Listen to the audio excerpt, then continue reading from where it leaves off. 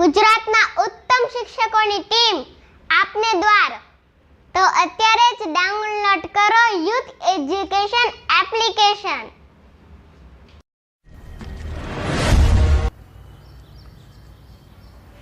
નમસ્કાર વિદ્યાર્થી મિત્રો, હું છું ડીએ પંપણિયા અને આપ નિહાળી રહ્યા છો અમારી ચેનલ ઉપર ભૂગોળ ધોરણ 11 અને પ્રકરણ નંબર છે 15મું, નકશા, અર્થ અને તેના પ્રકારો।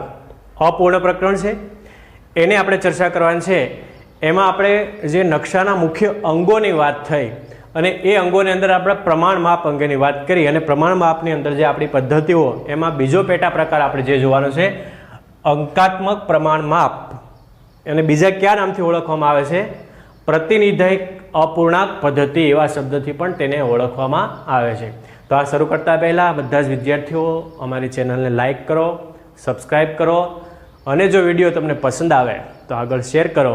અન્ય વિદ્યાર્થી આ માધ્યમથી, શાળાઓ બંધ છે કોરોના મહામારીને કારણે, પરંતુ આપણે આ યુટ્યુબના માધ્યમથી એટલે જુદી જુદી આ જે ચેનલો ને આપણે વિષય શિક્ષકોના માધ્યમથી એ તમે આજે આ ચેપ્ટર નિહાળી રહ્યા છો। ખૂબ જ સરાહનીય કામગીરી આ ચેનલો દ્વારા થાય છે। ઘણા બધા છેવાડાના વિસ્તારોના ગામડા સુધી આ ચેનલને ઘણા બધા વિદ્યાર્થીઓને આવરી લીધા છે। તો મારો વિડીયો તમને જો પસંદ આવે તો લાઈક કરજો અને શેર કરજો। વાત કરીએ આપણે અંકાત્મક પ્રમાણમાપ પ્રતિનિધાંક અપૂર્ણાંક પદ્ધતિ એવા શબ્દથી તેને ઓળખવામાં આવે। મિત્રો, આની અંદર જે વાત કરવાની છે એમાં અંક એટલે આંકડા। કોઈપણ પદ્ધતિની અંદર જ્યારે એને અંકાત્મક પ્રમાણમાપ જ્યારે વાત કરવામાં આવે તો ત્યારે આંકડાની અંદર જેનું વર્ગીકરણ કરવામાં આવે। પહેલી પદ્ધતિ આપણે વિધાનની વાત કરી કે જેમાં વિધાન કરવામાં આવે કે ભાઈ 1 સેમી બરાબર 10 કિમી, બરાબર। પણ આમાં આંકડાની અંદર એ જ વસ્તુને 1 સેમી બરાબર 10 કિમી, તો એ આંકડાની અંદર આપણે એનો ઉલ્લેખ કરવામાં આવે, અથવા એને 1 લાખ હોય, 1 કરોડ હોય કે 10,000 હોય એવા એના નામથી એને ઓળખવામાં આવે છે। તો એને આપણે અંકાત્મક પ્રમાણ અથવા પ્રાતિનિધિક અપૂર્ણાંક પદ્ધતિ એવા શબ્દથી ઓળખવામાં આવે છે। તો એની વાત કરીએ આપણે। પેલું, આ પદ્ધતિમાં પ્રમાણમાપ દર્શાવતા અંક સાથે લંબાઈ કે અંતરના માપ સૂચક એકમો લખવામાં આવતા નથી। પહેલી વાત શું કે એને જે લંબાઈ કે અંતરના માપ સૂચક એકમો છે લખવામાં આવતા નથી, કારણ કે આ વિધાન પદ્ધતિ નથી, આ પદ્ધતિ છે અંકાત્મક પદ્ધતિ છે, ઓકે। પરંતુ તેની સાથે અંતરો કેવળ અંકાત્મક સંખ્યા કે અપૂર્ણાંક ગુણોત્તર દ્વારા દર્શાવાય છે। શેના દ્વારા દર્શાવાય છે? સંખ્યાત્મક સંખ્યા એટલે કે આંકડાકીય માહિતી કે અપૂર્ણાંક ગુણોત્તર દ્વારા દર્શાવવામાં આવે છે। જેમ કે આપણે કંઈ ઉદાહરણ આપ્યું છે વિધાન પદ્ધતિની અંદર, જે આપણે વાત થઈ કે જેમ કે 1 સેમી બરાબર 10 કિમી એવું લખેલું હોય, બરાબર। તો એ વિધાન પદ્ધતિની વાત આની અંદર અંકાત્મકમાં કઈ રીતે ફેરવી છે? તો 1 સેમી બરાબર 10 કિમી હોય તો આ પદ્ધતિમાં કઈ રીતે લખવામાં આવે છે? વિદ્યાર્થીઓ ખાસ નોટ કરજો, તમે નોટબુકની અંદર આ પ્રશ્ન અને આ લખી લેજો તમે। અંકાત્મક પદ્ધતિની અંદર 1 સેમી, વિધાન પદ્ધતિની અંદર જો 1 સેમી 10 કિમી લખેલું હોય તો એને અંકાત્મક પદ્ધતિની અંદર આપણે ફેરવવું હોય તો કઈ રીતે એનું વર્ણન કરવામાં આવે છે, કઈ રીતે લખવામાં આવે છે? તો આ પદ્ધતિની અંદર 1/10,00,000, બરોબર, આ રીતે લખવામાં આવે છે। 1 એટલે કે 1 અહીંયા આ રીતે લખવામાં આવે છે। અથવા બીજી પ્રાતિનિધિક અપૂર્ણાંક પદ્ધતિની વાત કરવામાં આવી છે, 1/10,00,000 આ રીતે લખાય છે। ખ્યાલ આવ્યો તમને? હવે આંકડાની વાત આવે, અંકાત્મક એટલે આંકડાઓ, પ્રાતિનિધાંક અપૂર્ણાંક, પૂર્ણાંક અને અપૂર્ણાંક, તો એને આ રીતે જેમ અથવા સ્લેશ એવા શબ્દથી પણ એને ઓળખવામાં આવે છે। એટલે એ રીતે આખીનું વર્ણન કરાય છે ને આ રીતે જ્યારે લખવામાં આવતી હોય તો ત્યારે તેવી પદ્ધતિને વિદ્યાર્થીઓ અંકાત્મક પદ્ધતિ શબ્દથી ઓળખવામાં આવે છે। આ વાત થઈ પ્રમાણમાપ પ્રમાણે જે આપણે નકશાના મુખ્ય અંગો છે એ અંગોનો બીજો પેટા વિભાગ એટલે અંકાત્મક પ્રમાણમાપ પદ્ધતિ, બરોબર। તો આંકડાકીય માહિતીને જે આ રીતે આંકડાના રૂપની અંદર જ્યારે ફેરવવામાં આવે તો તેવી પદ્ધતિને આપણે અંકાત્મક પદ્ધતિ તરીકે ઓળખવામાં આવે છે। હવે XYZ તમે પણ આમાં કોઈ પણ ઉદાહરણ લઈ શકો। જેમ કે આ ઉદાહરણ આપેલું છે કે 1 સેમી બરાબર 10 કિમી। હવે 1 સેમી બરાબર 50 કિમી લખેલું હોય, 1 સેમી બરાબર 100 કિમી લખેલું હોય, 1 સેમી બરાબર 1000 કિમી લખેલું હોય, તો એને પણ આપણે આંકડાની અંદર આ રીતે બે પદ્ધતિનો ઉપયોગ કરવામાં આવે। 1 10 લાખ અને 1 સ્લેશ બરાબર 10 લાખ, એટલે કે આ બંને પદ્ધતિનો ઉપયોગ આની અંદર કરવામાં આવે છે. આ રીતે લખવામાં આવે છે. આ થઈ મિત્રો અંકાત્મક પદ્ધતિ.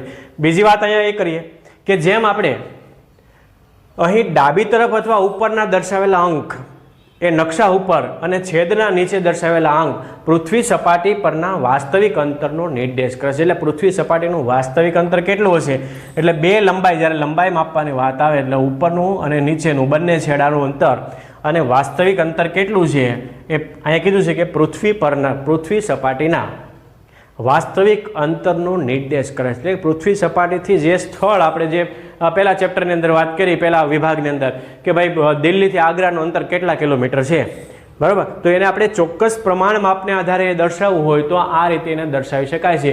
એવી જ પદ્ધતિથી આપણે અંકાત્મક પદ્ધતિની અંદર આ કોઈ પણ બે સ્થળ વચ્ચેની માહિતી આપણે જ્યારે લેવાની થતી હોય ત્યારે વિદ્યાર્થીઓ આવી અંકાત્મક પદ્ધતિના માધ્યમથી આપણે એને દર્શાવી શકાય છે. ખ્યાલ આવી ગયો? ફરી આપણે વાત કરીએ. અંકાત્મક પદ્ધતિ એટલે શું કે આ પદ્ધતિને પ્રાતિનિધાક અપૂર્ણાંક પદ્ધતિ પણ કહેવામાં આવે છે. આ પદ્ધતિમાં પ્રમાણ માપ દર્શાવતા અંક સાથે લંબાઈ કે અંતરના માપ સૂચક એકમો લખવામાં આવતા નથી. જે આ લખાય છે એ માપ સૂચક એકમો લખવામાં આવતા નથી. અંતો કેવળ અંકાત્મકનો અર્થ થાય છે મિત્રો આંકડા, બરોબર. અંકાત્મકનો અર્થ થાય છે આંકડા કે સંખ્યા અથવા એ સંખ્યા જે એકમ, દશક, 100,000, 10,000, લાખ, 10 લાખ એ રીતે, બરાબર. સંખ્યા કે અપૂર્ણાંક ગુણોત્તર દ્વારા, એટલે કે જેને ગુણી શકાય અપૂર્ણાંક ગુણોત્તર દ્વારા એ દર્શાવે છે. જેમ કે 1 સેમી બરાબર 10 કિમી હોય તો એને આપણે અંકાત્મક પદ્ધતિની અંદર ફેરવવું હોય તો કઈ રીતે લખી શકાય, તો આ પદ્ધતિમાં 1/10 લાખ અથવા 1/10 લાખ કિમી એ રીતે લખવામાં આવે છે. તો આ વાત થઈ અંકાત્મકની. બીજી વાત કીધી, અહીં ડાબી તરફ અથવા ઉપર દર્શાવેલા અંક નકશા ઉપર અને છેદમાં નીચે દર્શાવેલો આંક પૃથ્વી સપાટી પરના વાસ્તવિક અંતરનો નિર્દેશ કરે છે. એટલે પૃથ્વી સપાટીનું જે વાસ્તવિક અંતર છે, બે સ્થળો વચ્ચેનું વાસ્તવિક અંતર છે.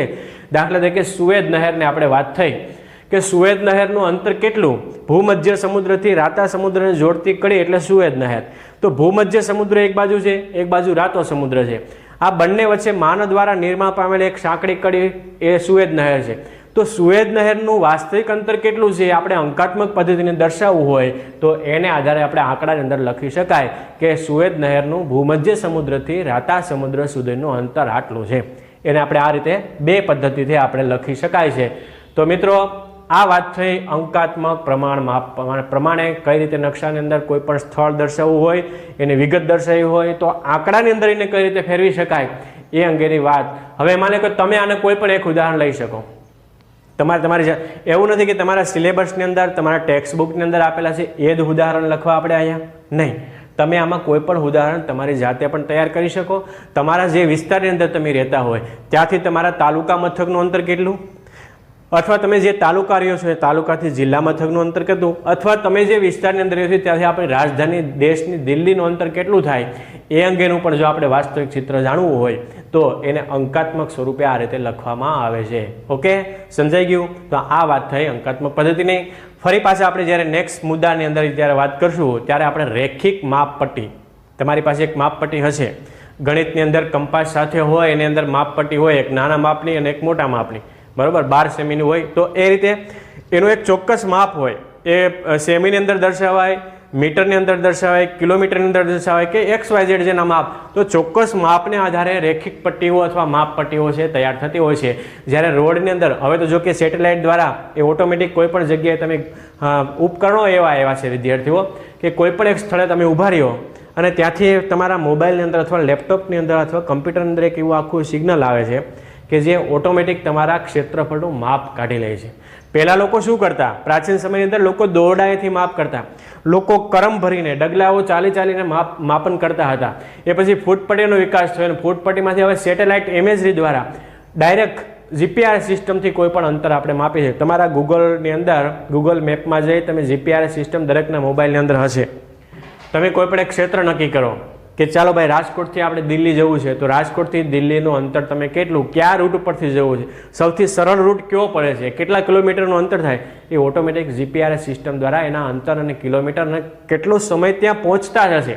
તમે ચાલીને જવું છે, બાઇસિકલ લઈને જવું છે, કે પછી ફોર વ્હીલની અંદર કે પ્લેન, રેલવે વગેરેની અંદર તમે જે ટીક કરશો એને આધારે એની સ્પીડ, એની કલાક, એના અંતર, આ બધું એક જ ઝટકાની અંદર તમને બતાવી દે.